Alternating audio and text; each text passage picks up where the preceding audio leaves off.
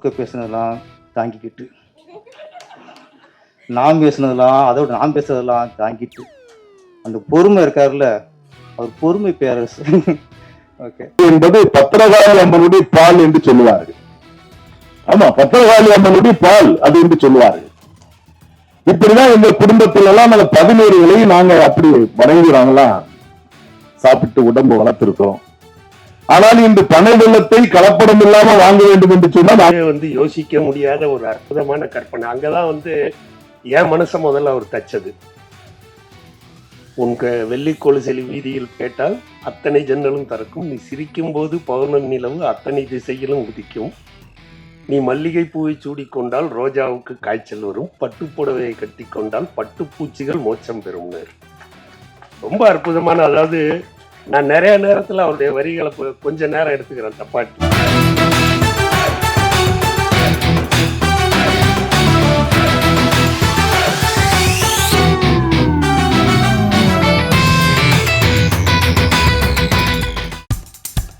இப்போ நம்ம என்டர்டைன்மெண்ட் ஆக போது பிளஸ்.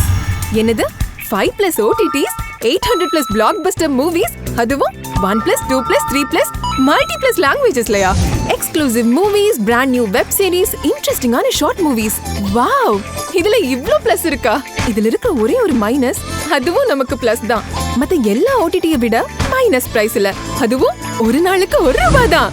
OTT Plus டவுன்லோட் பண்ணி நான் என் சந்தோஷத்தை பிளஸ் ஆக்கிட்டேன். அப்ப நீங்க OTT Plus, இது ஆல் இன் ஒன் ஆப். உடனே டவுன்லோட் பண்ணுங்க.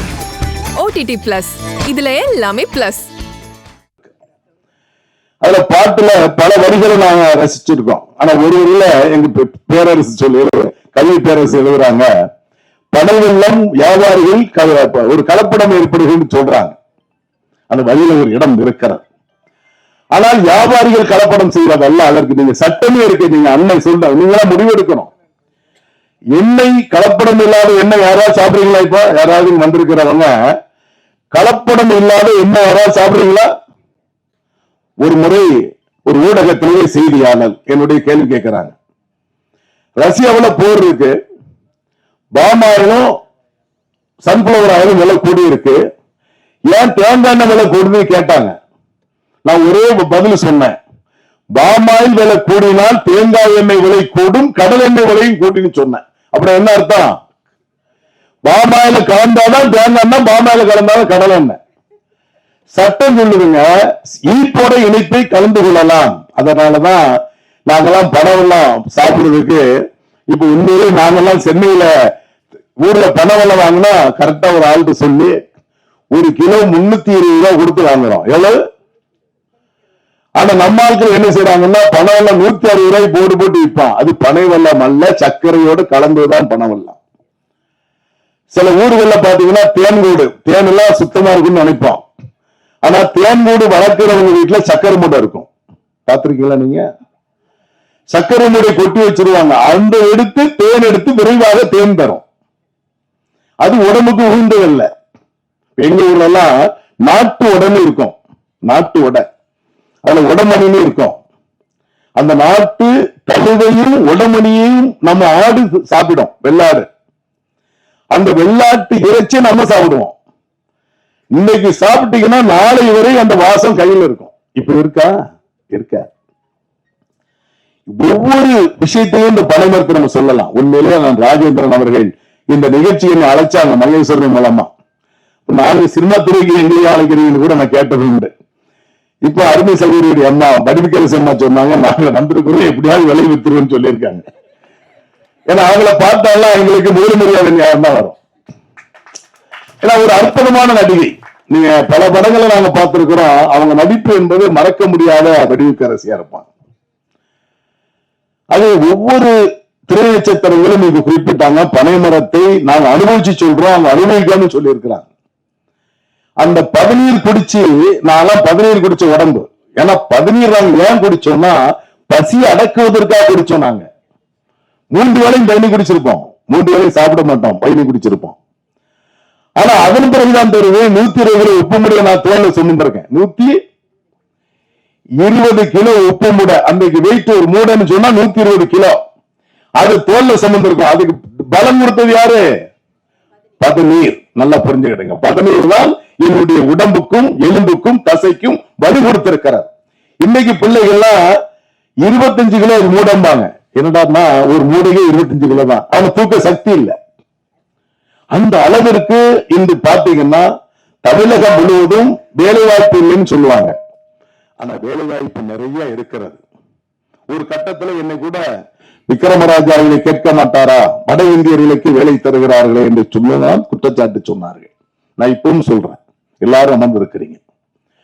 இந்த மண்ணில் பிறந்த மனிதர்களுக்கு வேலை தருவதற்கு நாங்க தயாராக இருக்கிறோம். முன்னெல்லாம் கடைகள்ல வேலைக்கு ஆள் வேண்டாம் என்ற போர்டுதான் பார்த்திருப்பீங்க. இன்றைக்கு வேலைக்கு ஆள் வேண்டும் என்று போட்டு இருக்கிறார். சாதாரணமா படிப்பே தேவையில்லைங்க. மினிமம் 15,000 ரூபாய் சம்பளம், 3 வேளை சாப்பாடு, தங்கி இடம் கொடுக்கிறோம். ஸ்கேல் 25,000 ரூபாய் ஸ்கேல் வரும் ஒரு ஆளுக்கு. அது தாண்டா 20,000 ரூபாய், 25,000 ரூபாய், 30,000 ரூபாய், 40,000 ரூபாய், 1 லட்சம் ரூபாய் சம்பளம் கொடுத்துக்கிட்டு இருக்கோம். ஆனா இது வேலை செய்யறதுக்கு நம்ம ஆட்கள் எங்க இல்ல, உடம்பில் வலி இல்லை. ஆகவேதான் வெளி மாநிலத்து வரை நாம் இறக்க வேண்டிய நிலை இருக்கிறது. இதை புரிந்து கொள்ளுங்க. ஏன் சொல்றோம்னா, சத்தான பானம் பனை வெல்லம். 17 பனை மரத்தை அரசு தேசிய மரமாக அறிவித்திருக்கிறது. இந்த பனைமரத்தை பாதுகாக்கணும், பனைமரம் நம்மை பாதுகாக்கும். இது உணவு விஷயத்துல பாதுகாக்கும் ஒண்ணு. இன்னொன்னு என்ன பாதுகாக்குதுன்னா, நம்ம ஊர்கள்லாம் வயல்வெளி கரையோரமான வாய்க்கால் கரையோரமாக, குளப்பு ஏரி கரை ஓரமாக பனைமரத்தை நட்டிடுவாங்க. அந்த பனைமரம் வேறு பாத்தீங்கன்னா அது எல்லா பக்கம் பிடிச்சுக்கிடும், ஸ்ட்ராங்கா இருக்கும், உடப்பு ஏற்படாது. எவ்வளவு தண்ணி ஏறினாலும் எந்த வகையில அந்த கரை உடையாது. இதற்கு பாதுகாப்பு தருவது பனைமரம். ஆகவேதான் இந்த பனை மரத்தை நாம் பாதுகாக்க வேண்டும் என்பதற்காக இந்த படத்தையே பனை என்ற பெயரிலே இவங்க தயாரிச்சிருக்கிறாங்க. மரியாதைக்குரிய அண்ணன் ராஜேந்திரன் அவரோடு இணைந்து பிரபு அவர்களும் தயாரிச்சிருக்கிறாங்க. உண்மையிலே பாராட்டுக்குரிய விஷயம். ஆனா இந்த படத்தை வெற்றி படமாக்கப்பட வேண்டும். நான் கூட கேட்டேன், ஜெயித்திரலாமான்னு கேட்டான். ஜெயித்திரலாம் அப்படி நம்பிக்கை இருக்கு. நம்பிக்கைதான் வாழ்க்கை. ஒரு திரைப்படத்தை தென்னகத்திலே பிறந்து எங்க ஊர் பக்கத்து ஊர் தான் அவர் சொந்த ஊர். அவர் சொந்த ஊர் தான் பவிகரசியம்மா சொன்ன மாதிரி சுடுமண்ணு. நாங்களாம் அந்த மணல்ல செருப்பு போடுறதுக்கு எங்கிட்ட காசு இருக்காதுங்க. நடந்து போவோம். போகும்போது முள்ளு குத்திரும். முள்ளு குத்தினாலும் அந்த வழியை தாங்கிக்கிட்டு செஞ்சு அந்த வேகமா ஓடி எங்க அனல்ல போய் நிற்போம். கால் அப்படியே கொதிக்கும். ஆனா அன்று நாங்கள் ஓடியது ஒருவேளை உணவுக்காக ஓடினோம், சுடுமண்ல. இன்று அந்த சுடுமண்ணையும் பனையும் பாதுகாக்க வேண்டும் என்பது ராஜேந்திரனுடைய நோக்கத்தோடு ஒரு பனை என்ற பெயரிலே படத்தை எடுத்திருக்கிறாங்க. ஏன்னா திரைப்படம் மூலமா வந்துச்சுன்னா மக்கள் மத்தியில வேகமா போய் சேரும். அதுதான் இங்கு மரியாதைக்குரிய கவி பேரரசுடைய ஒரு வரிகளை சொன்னாங்க. ஊழியர்களுடைய அண்ணன் அரவிந்த் அவர்கள் சொன்னாங்க, அழகா சொன்னாங்க. நான் கூட இன்னைக்குதான் படத்துல பாட்டுல இவ்வளவு பேர் இருக்கான்னு இப்பெல்லாம் எங்களுக்கே தெரியுது. ஒவ்வொரு பாட்டையும் ரசிச்சு கேட்கும் போதும் அர்த்தங்களை புரிஞ்சுக்கிட்ட போதும் நமக்கு புரிஞ்சுக்கிறது. இது போன்றுதான் பனை மரத்தை நீங்கள் எல்லோரும் பாதுகாக்கப்பட வேண்டும். அந்த பனை மரத்தில் துரும்பில் இருந்து ஒரு பொருள் கூட வீணாகுவது இல்லை. அனைத்து பொருளுமே பயனுள்ளது பனை மரம். நாங்கெல்லாம் சொல்லுவோம், எங்க அப்பா சொல்லுவாங்க சின்ன வயசுல, அந்த பனை மரத்தினுடைய வரக்கூடிய பதநீர் என்பது பத்திரகாளி அம்மனுடைய பால் என்று சொல்லுவார்கள். ஆமா, பத்திரகாளி அம்மனுடைய பால் அது என்று சொல்லுவார்கள். இப்படிதான் எங்க குடும்பத்தில எல்லாம் அந்த 17 நாங்க அப்படி வணங்குறாங்களாம் சாப்பிட்டு உடம்பு வளர்த்திருக்கிறோம். ஆனால் இந்த பனை வெள்ளத்தை கலப்படம் இல்லாம வாங்க வேண்டும் என்று சொன்னா நாங்க தேடி அலைஞ்சுட்டு இருக்கோம். எங்க ஊர்ல இந்த நிலைமைதான். எங்க எட்டு கூட வந்திருந்தார். எப்படியாவது ஒரு தேர்வு நான் சொல்லி, அப்பா 1 கிலோ கொடுத்துருக்கப்பா, கிலோ 320 ரூபாய் வாங்கிக்க. ஆனா நீங்க மக்கள் புரிந்து கொள்ள வேண்டும். இந்த மேடையில ஒரே வழியை சொல்லி நிறைவு செய்யறேன். ஆனா இந்த மேடை அதுக்கு இல்ல, இருந்தாலும் ஊடக நண்பர் நிறைய பேர் இருக்கிறீங்க. இன்றைக்கு சன்ஃபிளவர் ஆயில் நம்மகிட்ட வந்துச்சோ, இன்றைக்கு பாமாயில் இறக்குமதி நம்ம செய்யப்பட்டமோ, அதன் பிறகு தமிழகத்தினுடைய பெண்களுடைய நடை என்னாச்சுமா மாறிடுச்சுல்ல. இந்த சகோதரியாவது நல்ல சகோதரர் ஸ்ட்ரைட்டா நடக்கிறாங்களா பாத்தீங்கன்னா முடியல, முட்டுக்கால் போச்சு, இடுப்பு போச்சுன்றீங்க. இதுக்கு என்ன காரணம்னா, நீங்க விலை குறைச்சலா வாங்கக்கூடிய பாமாயிலும் சன்ஃபிளவர் ஆயில் தான் காரணம். சுத்தமான நம்ம மண்ணில் விளைந்த கடல் எண்ணெயும் எண்ணெய் விளைந்த நல்லெண்ணையும் தேங்காய் எண்ணெய் சாப்பிட்டீங்கன்னா உங்களுக்கு நோய் வந்திருக்காது. மருத்துவர்கள் தான் நம்ம எல்லாம் பயன்காட்டி அந்த எண்ணெய் விட்டு வேற எண்ணெய்க்கு போங்கடான்னு சொல்லிட்டாங்க. ஏன்னா அவங்களுக்கு ஃபைல் கூடும். ஏன்னா ஒவ்வொரு பேஷண்ட்டும் போய்கிட்டே இருக்கும், ஃபைல் கூடிக்கிட்டே இருக்கு. ஆனா இதை நீங்கள் மீண்டும் மாற்ற வேண்டும். மாண்புமிகு தமிழக முதலமைச்சரிடத்திலே நாங்கள் கோரிக்கை வைத்திருக்கிறோம். தேங்காய் எண்ணெய், கடல் எண்ணெயை நீங்கள் ரேஷன் மூலமாக என்ன செய்யணும், விற்பனை செய்ய வேண்டும் என்று கோரிக்கை வலியுறுத்திருக்கலாம். இந்த நிலைமை வந்துச்சுன்னா உள்ளூர்ல விவசாயிகளுக்கு பலம் வரும், வேலை வாய்ப்பு கிடைக்கும். நம்ம தேங்காய் மரத்தை வைத்திருப்பவர்களுக்கு விலை இல்லைன்னு சொல்லிட்டு இருக்காம அவருக்கு விலை கிடைக்கும். விவசாயம் செய்கின்ற பொருள்களுக்கு விலை கொடுத்து வாங்குவது யாரும் 10 ரூபாய் கூடி இருக்கும். தக்காளி கூடிடுச்சுன்னா ஐயோ அம்மாம்பாங்க, வெங்காயம் கூடிச்சுன்னா உலகமே போச்சும்பாங்க. நான் என்ன சொல்றேன், நகவலை கூடிச்சுன்னா யாராவது அப்படி சொல்றீங்களா? வருஷத்துக்கு ஒருக்கா அந்த கூட்டத்தை பார்த்தீங்கன்னா திருவிழா மாதிரி கூட்டம் இருக்கு. ஆனா நம்ம மக்கள் என்ன செய்வாங்கன்னா சாலையோரமா விற்கிற பூயாளர்கிட்ட போய் பெரிய பசிகளா இருப்பாங்க, ஒரு ஆடி கார்ல போய் இறங்கலாம். இவனுமா ஒரு முளம் பூன்னு கேட்டா அக்கா 3 ரூபாம்பாங்க. 1.5 ரூபாய்க்கு தாரியா? நான் சொல்லுறேன் அதெல்லாம் பேரம் பேசாதுங்க. கீரைக்காரங்க கிட்டையும் நுங்குகாரங்க கிட்டையும் தேநீர் விற்பவர்களும் பணம் விற்பவர்கிட்ட தயவு செய்து பேரம் பேசாதீர்கள். உனக்காக வெயிலே காத்து கிடந்து சாலையோரமாக உட்கார்ந்து உன்னுடைய எண்ணத்தையும் தேவைகளையும் பூர்த்தி செய்கின்ற சாமானிய வணிகன் அவனை போய் நீ பேரம் பேசாத கொச்சைப்படுத்தாரு சொல்லுவார். மரியாதைக்குரிய கவி பேரரசு ஐயா அவர்கள் கடந்த மே 5 மாநில மாநாடு மதுரையிலே பல லட்சம் மனிதர்களை திரட்டி நாங்கள் ஒரு மாநாடு நடத்தினோம். கவி பேரரசு அவர்களை நாங்கள் பிபி மணி அவர்கள் எல்லாம் சென்று அழைத்த பொழுது என் முகத்தோடு வருவேன் என்று சொன்னார்கள். வந்தாங்க. எங்களுக்கெல்லாம் ஒரு சந்தேகம், தலைவர் கவி பேரரசு அழைச்சிருக்கார, அழைப்பவர் பார்த்த உடனே எல்லாம் பேசுறாங்க, இவங்களுக்கு வணிகருக்கு என்ன சம்பந்தம் சொன்னாங்க. ஆனால் அவர் எங்களை வைத்து மேடையிலே பேசிய பேச்சு இருக்கு பாருங்க. இன்றைக்கு கூட ஒரு தொலைக்காட்சியை நான் பேட்டி கொடுத்தேன் 12 மணிக்கு. அதுல அவருடைய பேச்சை உச்சத்தி சொன்னேன். ஒரு வரி சொன்னார், கொரோனா காலத்திலே ஆன்லைன் வர்த்தகம் அவர்களுக்கு ஒரு புது தரவில்லை. கார்பரேட் கம்பெனிகள் நீங்க பாத்தீங்கன்னா டிமார்டினா இருக்கட்டும், நீல்மாலா இருக்கட்டும், ரிலையன்ஸா இருக்கட்டும், அம்பானியா இருக்கட்டும், அதானியாக இருக்கட்டும், அவர்கள் உங்களுக்கு பொருள் தரவில்லை. சாமானிய வணிகன் உங்கள் ஊரிலே வணிகம் செய்கின்ற வணிகன் தான் கொரோனா காலத்தில் உங்களுக்கு பொருளை கொடுத்து உயிரை காப்பாற்றினான்.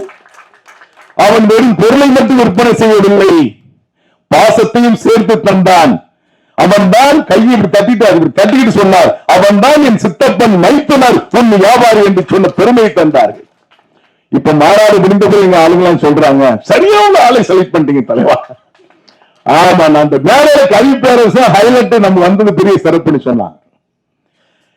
வணிகம் என்பது திரை வணிகமாக இருந்தாலும் சரி, பொருளை வாங்கி விற்பதாலும் சரி ஜெயிக்கணும்.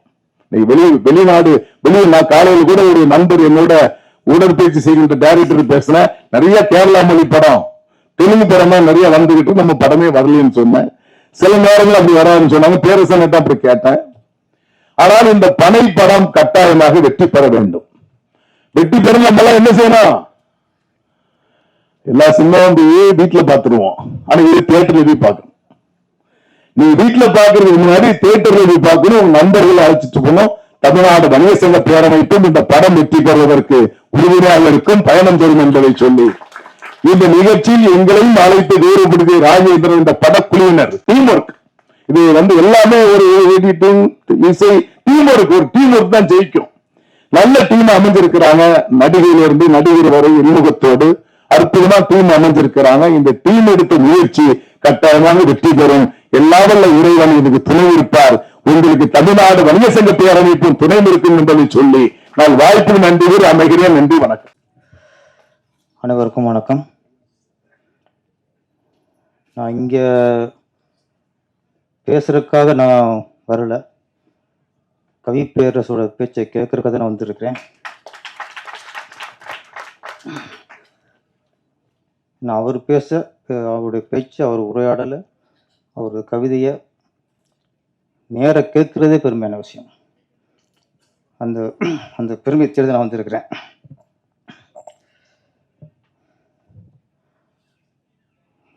கவி பேரரசு வைரமுத்து, இது வெறும் பேர் இல்லை,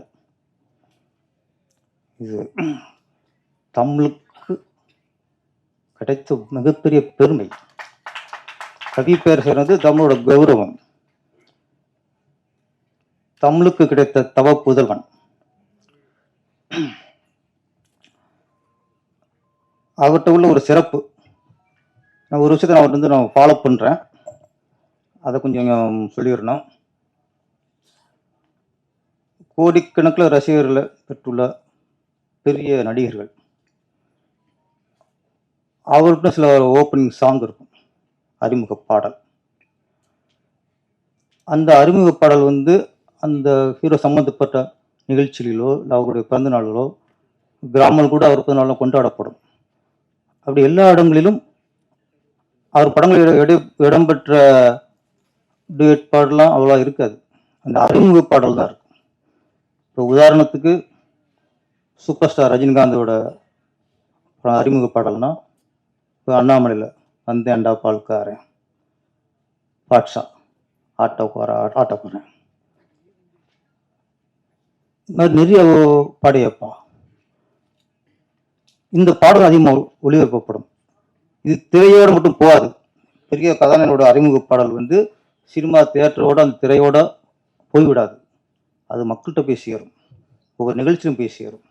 அப்போ அந்த பாடல்களில் வெறும் டியூனுக்கு வரிகளை நிரப்பாமல் நல்ல கருத்துக்களை, நல்ல தத்துவங்களை, மக்களுக்கு என்னென்ன தேவையோ அந்த விஷயங்களை அதில் நுழைத்து, அங்கே ஹீரோ அந்த பாடலை பாடினாலும் அந்த படத்தில் உண்மையான ஹீரோ கைப்பேரரசு வைரமுத்து. அண்ணாமலை படத்தில் பார்த்தா எத்தனை கருத்து, பசி இருந்தாலும் பாலாகும், செத்தாலும் தோலாகும். இந்த மாதிரி நிறைய வரிகள். ஆட்டோக்காரர்களுக்கு அவங்களை கௌரவப்படுத்தினதே, முதல்ல ஆட்டோக்காரனா ஒரு மாதிரி பார்த்தாங்க. ஆட்டோ ஓட்டுவது கௌரவமான விஷயம், அது ஒரு சேவை, அது ஏழைகளுக்கான ஒரு வாகனம் அப்படின்னு பெருமைப்படுத்துறது ஆட்டோக்காரன் சாங். இது நான் உன்னிப்பா கவனிச்சுட்டு வந்தேன். அப்போ நான் இயக்கும் பொழுது நானும் சில உச்ச நட்சத்திரங்களை வைத்து படம் இயக்கினேன். திருப்பாச்சி, அதுலேயும் ஹீரோவுக்கு அறிமுக பாடல் நீ எந்த ஊரு நான் எந்த ஊரு, முகவரி தேவையில்லை. நான் முதல்ல கதை விஜய் சார்கிட்ட சொல்லும்போது அந்த பாடல் சிச்சுவேஷன் இல்லை, நான் பொதுவாக கதை சொன்னேன். அந்த படத்தில் விஜய் நடிக்க போறாரு அப்படின்னு தெரிஞ்சதுக்கப்புறம் தான் அவர் நிறைய ரசிகரை சம்பாதிச்சு வச்சிருக்கிற ஒரு கதாநாயகன். அப்புறம் தான் தோணுச்சு எனக்கு, இப்போ மிகப்பெரிய ஒரு ரஜினிக்கு ஈக்குவலாக உள்ள ஒரு கதாநாயகன். இதில் அவருக்கு அறிமுக பாடல் அண்ணாமலையில் ரஜினிக்கு அமைந்தது மாதிரி, அண்ணாமலை படத்தில் கவிப்பேரரசு எழுதின மாதிரி ஒரு பாடலை அமைக்க வேண்டும் என்று எனக்கு உந்துல தந்தது வந்தேன்டா பால்காரன். அடுத்து சிவகாசி, வாடா வாடா தோளா வாழ்ந்து போப்போம் வாடா. திருப்பதி வந்தா திருப்போம், தீப்பொறி போல இருப்போம், உனக்கு மேல எனக்கு மேல யாரு பாருடா, உன்னை என்ன வாழ வச்ச சாமி தானடா. இதெல்லாம் நான் எழுதுனதில்ல, என்னை எழுத தூண்டியது இந்த பேரரசு எழுத தூண்டியது கவி பேரரசு. நான் வந்து அவர்கிட்ட வந்து காப்பி அடிச்சு நான் ஒத்துக்கிறேன். இப்போ அதுக்கு காப்பி அடிச்சு கேட்டுறாதீங்க, எது ஒரு இதை தப்பா டக்கு ஏதோ ஒரு எனக்கு பணம் தான்றாங்க. இப்போ அது வேற ரொம்ப இருக்கு, உசாரா பேச வேண்டியிருக்கு. பாடல் ஒரு இசையமைப்பாளரின் டியூனுக்கு ஒரு பாடலாசிரியராய் பாடல் எழுதுவது வேறு, ஒரு இசையமைப்பாளரின் டியூனுக்கு ஒரு கவிஞனாய் அதில் கவிதையை நிரப்புவது வேறு. நிறைய இங்கே பாடலாசிரியர் இருக்காங்க, அவங்க டியூனுக்கு பாடலாசிரியரா பாடல் வரிகளை நிரப்புவாங்க. கவி பேரரசு வைரமுத்து அவர்கள் மட்டும்தான் ஒரு டியூன்லையும் ஒரு கவிஞனா கவிதை நிரப்புவார். நிறைய வரிகளை சொன்னார் அரவிந்தரா சார், அத்தனை வரிகளும் பாடலா சார், கவிதை, அத்தனை வரும் கவிதை. உதாரணத்துக்கு ராஜபார்வையில் கமலஹாசன் வந்து அது பார்வையற்றவர். அந்த கேரக்டருக்கு உள்ளே புகுந்து ஒரு பார்வையற்றனோட சுச்சுவேஷனில் அந்த பாடல் கேட்கும்போது நம்மளுக்கு வலிக்கும். அந்திமலை பொழிகிறது, ஒவ்வொரு துளியிலும் உன்முகம் தெரிகிறது. ஒரு பார்வையற்றவனுடைய பாயிண்ட் ஆஃப்ல ஒவ்வொரு துளியிலும் உன்முகம் தெரிகிறது. கண்ணுக்குள் முள்ளை வைத்தது யார் தீர்த்தது, தண்ணீரில் இருக்கும்போது வேர்க்கின்றது. இதுக்கு மேல என்ன கவிதை வேண்டி இருக்கு? சினிமா பாடல், அது சினிமா பாடல் இல்லை, சினிமா கவிதை. கவிப்பேரரசு எழுதின ஒவ்வொன்றும் பாடல் அல்ல, கவிதை கவிதை கவிதை. அதனாலதான் அவர் கவி பேரரசு, நான் வெறும் பேரரசு.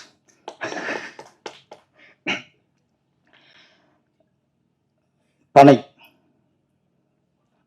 விக்ரம் ராஜா வந்திருக்காருன்னா நான் யோசிச்சு பார்த்தேன், இந்த பனைக்கு திரைப்படத்தை எதுக்கும் வரமாட்டாரு, இந்த பனை பாடல் வீட்டில் எதுக்கு வந்திருக்காருன்னு யோசிச்சு பார்த்தேன். அது காரணம் கண்டுபிடிச்சிட்டேன்.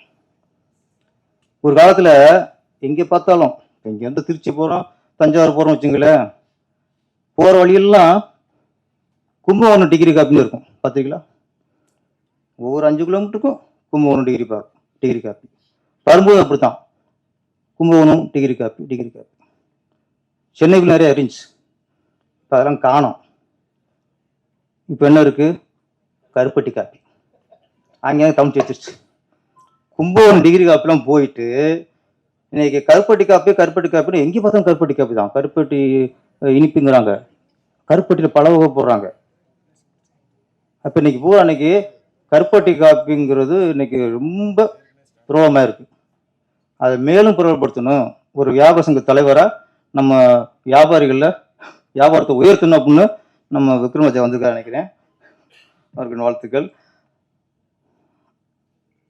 பனை எல்லாரும் சிறப்பாக பேசிட்டாங்க. சில விஷயம் இப்போ சாங் பார்க்கும்போது அப்படியே நம்ம கிராமத்துக்கு வாழ்ந்த வாழ்க்கையை பின்னோக்கி இழுத்து செஞ்சிருச்சு. பதநீர்லாம் இன்னைக்கு கூல்ட்ரிங்க்ஸ் எத்தனையோ பானங்களாக இருக்கு. பதநீருக்கு நிகராக எதுவுமே இல்லை.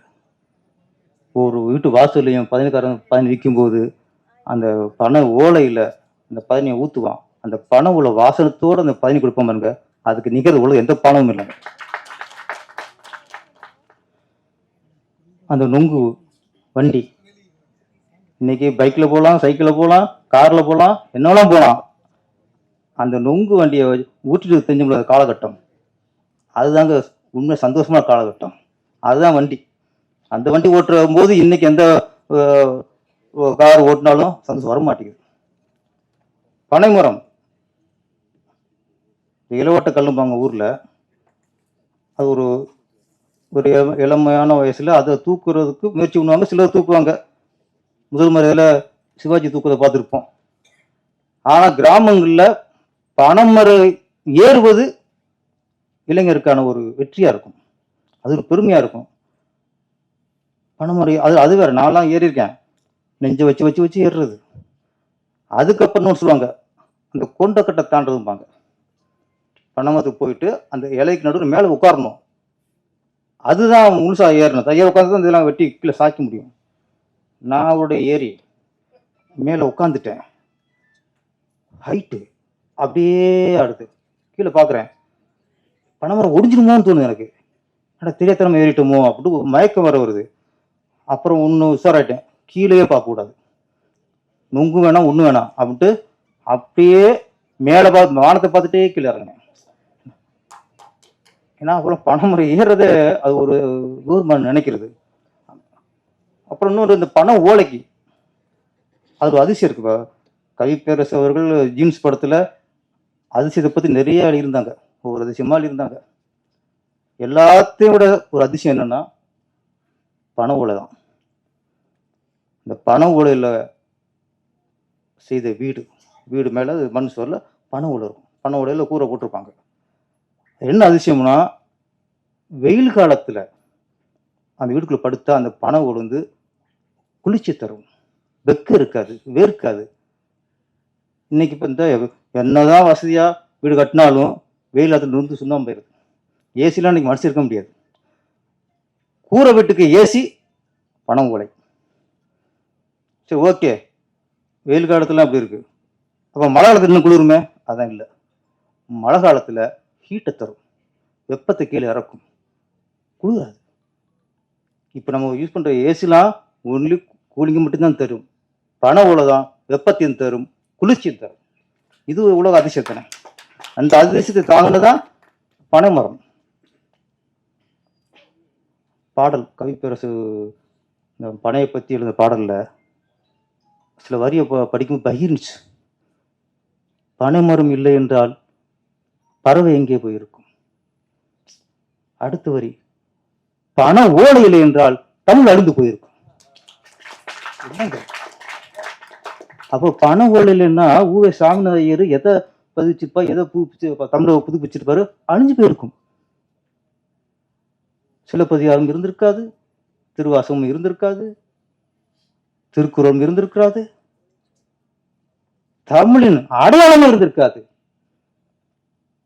அதை காப்பாற்றியது பனை ஓலை. இதை விட சிறப்பு பனைமரத்துக்கு எதுவுமே இருக்க முடியாது. இன்னைக்கு திருவள்ளுவருக்கு சிலர் வெள்ளாடை பூணிக்கலாம், சிலர் காவி ஆடையை உடுத்தலாம், சிலர் இருக்காங்க கருப்பு ஆடையும் அணிவிக்கலாம். நீங்க எந்த ஆடையெல்லாம் அணிவிச்சுங்க, திருவள்ளுவர் கையில் இருக்கிற பனைமொழி யாரு அடிப்பீங்க? அது தமிழ். யாது நீங்க திருவள்ளுவர் கடலை மாத்தலாம், அவர் கையில் இருக்க பனைமொழியை மாற்றவே முடியாது. அது தமிழின் அடையாளம். இவ்வளவு சிறப்பு இருக்கு திருவள்ளுவர். இன்னைக்கு திருவள்ளுவர் அவர் திருநீர் அழிஞ்சிருக்காரா, அந்த ட்ரெஸ் போட்டிருக்காரு, எந்த ட்ரெஸ் போட்டிருக்காரு, அதெல்லாம் இல்லை. எங்கள் திருவள்ளுவர் பனைமொழியை தாங்கியிருக்கிறார், தமிழை தாங்கியிருக்கிறார். அந்த சிறப்பு என்றும் எங்கள் தமிழுக்கு இருக்கு. இவ்வளவு சிறப்பு, இது எல்லாத்தோட சிறப்பு இந்த படத்துக்கு கவிப்பேரசு பாடல்களிலிருந்து அதை விட சிறப்பு இந்த நிகழ்ச்சிக்கு. அது வந்து பொறுமையா சொற்க பேசுனதெல்லாம் தாங்கிக்கிட்டு, நான் பேசுனதெல்லாம் அதோட நான் பேசுனதெல்லாம் தாங்கிட்டு, அந்த பொறுமை இருக்காருல்ல, அவர் பொறுமை பேரரசு. ஓகே, இந்த படம் மிகப்பெரிய வெற்றியடைய என்னுடைய வாழ்த்துக்கள். நன்றி, வணக்கம். கலந்து கொண்டிருக்கும் பத்திரிகை நண்பர்களுக்கும், ஊடக நண்பர்களுக்கும், யூடியூப் நண்பர்களுக்கும் எனது முதற்கண் நன்றி கலந்த வணக்கங்களை தெரிவித்துக் கொள்கின்றேன். இன்று பனை திரைப்படத்தின் இசை வெளியீட்டு விழா, ட்ரெய்லர் வெளியீட்டு விழா வெகு சிறப்பாக இங்கே அரங்கேறிக் கொண்டிருக்கின்றது.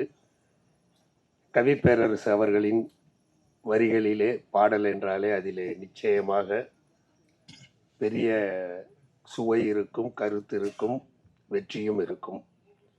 நான் சொல்ல வேண்டாம், எல்லாருமே சொல்லிட்டாங்க 7 முறை தேசிய விருது பெற்றவர்னு. நான் அவரை பற்றி நிறையா பேசணும்னு நினச்சிட்டு வந்தேன், ஆனால் அதுக்கு இது மேடை இல்லைன்னு நினைக்கிறேன், டைமும் கிடையாது. அதனால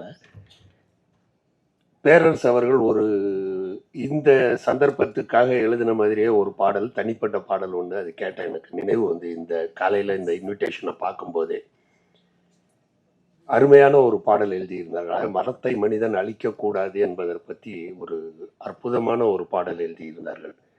ஒரு மரம் என்பது ஒரு மனிதனின் வாழ்க்கையிலே எந்த அளவிற்கு அவனுக்கு பயன்படுகிறது.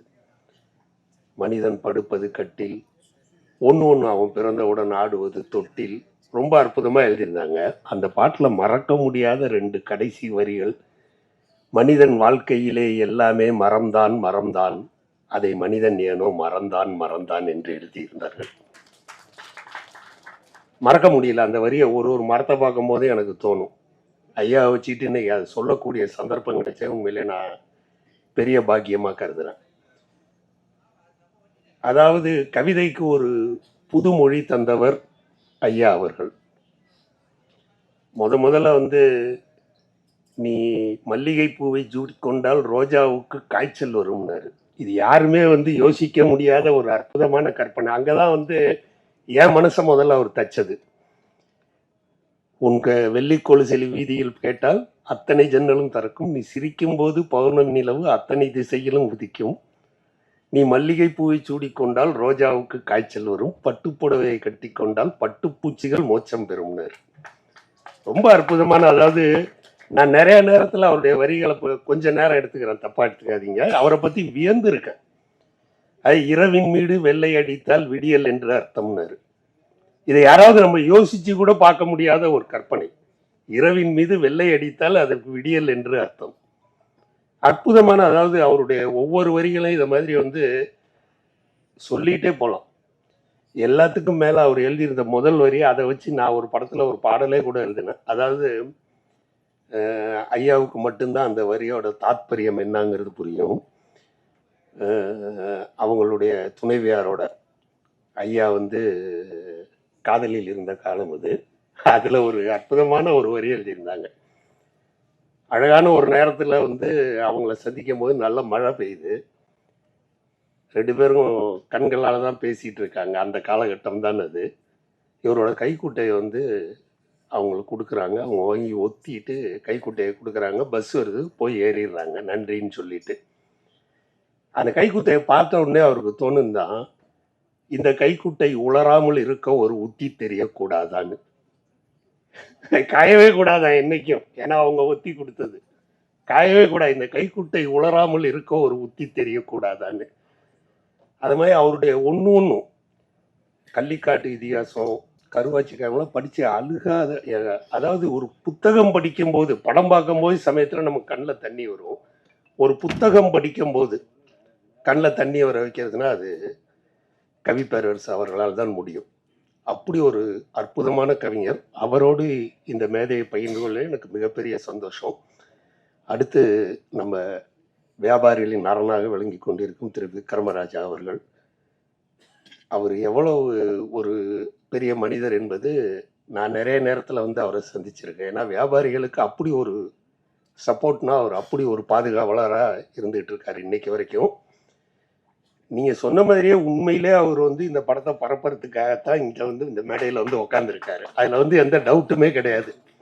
ஏன்னா நம்ம தயாரிப்பாளர் ஐயா அவர்கள் அவருக்கு ரொம்ப வேண்டியவர். அதனால தான் பனைமரத்தை பாதுகாருங்கள் என்பது ஒரு அற்புதமான விஷயம், நாம் செய்ய வேண்டிய ஒரு விஷயம்.